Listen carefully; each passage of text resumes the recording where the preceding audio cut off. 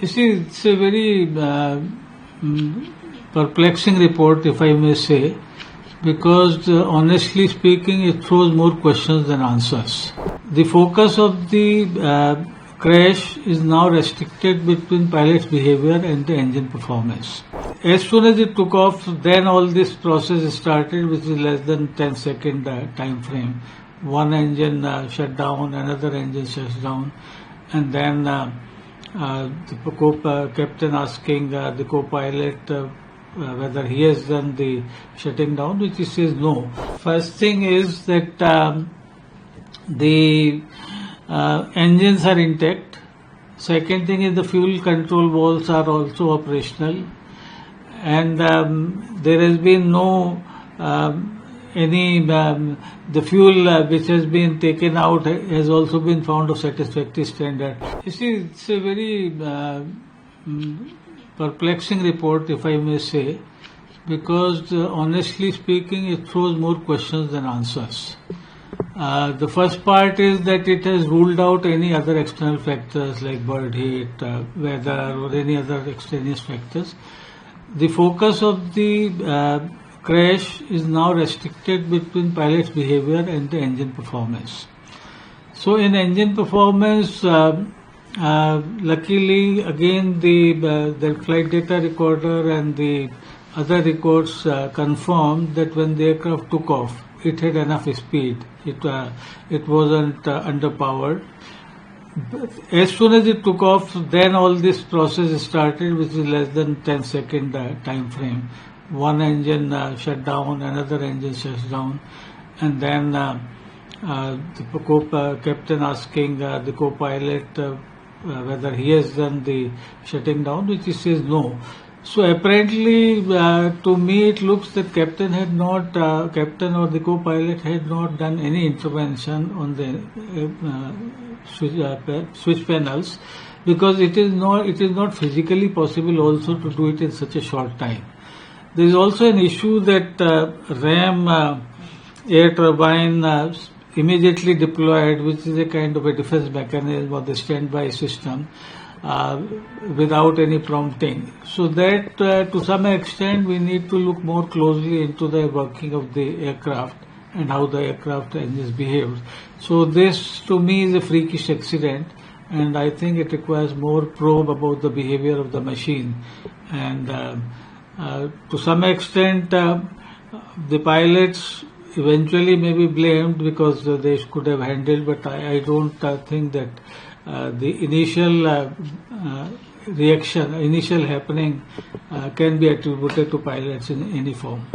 But that is the full size, but the particular incident is less than 10 seconds, so, there are levers to pull up the engine. It is not such a thing. And then these are very experienced pilots. They've been flying the aircraft, doing an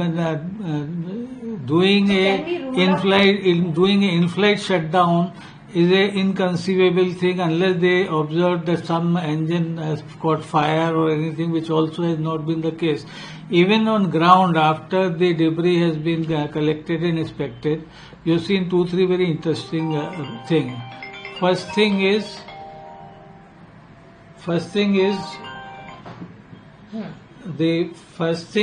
that the engines are intact. Second thing is the fuel control valves are also operational, and there has been no the fuel which has been taken out has also been found of satisfactory standard.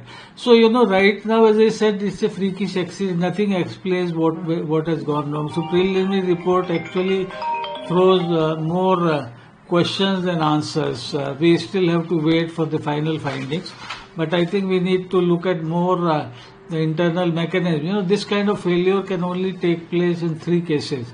One is the hydraulic failure, second is electrical failure, and third is dual engine failure.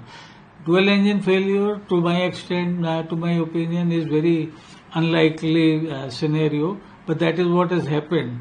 But sometimes the internal mechanism, after all it's a machine, can cause this kind of cross performance, which also got rectified instantly. But then perhaps the aircraft was on a very short takeoff height, altitude. So that is where the pilot could not maneuver the flight any further, and it resulted into crash landing. Look, you see, in every year, the thousands of service bulletins are issued, which are mandatory, which are recommendatory, and between 2018 and 2025, there has been enough time left. Millions of flights have also operated. So I don't think this has been the cause of anything, there is no point in making any meaning out of it, because if it was that serious, Boeing would have made it mandatory. And I don't think the nature of the accident also indicate that there was some kind of automatic lever opening or any kind of other switch problem as far as the aircraft is concerned. I'm sure, because this is a very serious, as I said, it's a freakish accident, but any freakish accident is far more serious to be scrutinized more microscopically than other issues. So according to me, we need to look at the aircraft behavior and why this particular incident took place. And both the manufacturer and the engine manufacturer, Boeing and GE, has to undertake more tests to see whether so this kind of happening does not take place in future.